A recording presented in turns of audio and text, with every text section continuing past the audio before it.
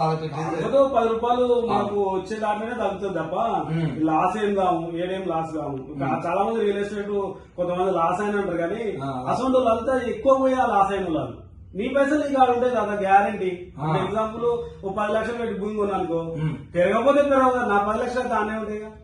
ఇప్పుడు చిన్న ఎగ్జాంపుల్ చెప్పాలంటే తాత, ఈ తెలంగాణ మొత్తంలో 4 కోట్ల జనం అంట. 4 కోట్ల జనంలో 2 కోట్ల హైదరాబాద్ ఉన్నారట. మరి 2 కోట్ల మందికి అయితే ఇల్లు ఇవ్వాలి మనం, మరి ఇవ్వాలన్నప్పుడు ఇక ఎందుకో ముందో పెరుగుతూనే ఉంటాయి. ఇవ్వాలి రేపే పెరుగుతుందని లేదుగా. మంచి ఆలోచన ఉంది. అంటే ఇంతమందికి ఇల్లు ఇవ్వాలంటే ఒక్కొక్కరు ఒక నాయకులు ఉన్నాయి కానీ ఎన్ని రోజులు అని ఉంటారు.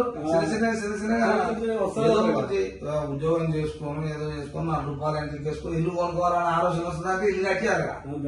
అది కూడా మంచిది. అవును, ఇక మొత్తం మీద జరుగుతుంది.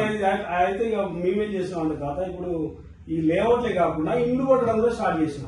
ఇల్లు పెద్ద అపార్ట్మెంట్ ఉంటాయిగా. అవును, ఇప్పుడు ఇట్లా 2000 గదాలలో 10 ఫ్లోర్లు 5 ఫ్లోర్లు వేసాయి. ఇక దాంట్లో కూడా దిగినాయి, ఎందుకైనా మంచిదని. ఇక అట్లా కూడా కడతా. ఇప్పుడు అట్లా కూడా 5 రోడ్డు కట్టినా, ఇక్కడ మనసురాబాద్ రోడ్డు కట్టినా, అమర్పేట రోడ్డు కట్టినా, అవి కూడా ఒక 5-6 కట్టినా, పెద్ద పెద్దగా కట్టినా. ఇప్పుడు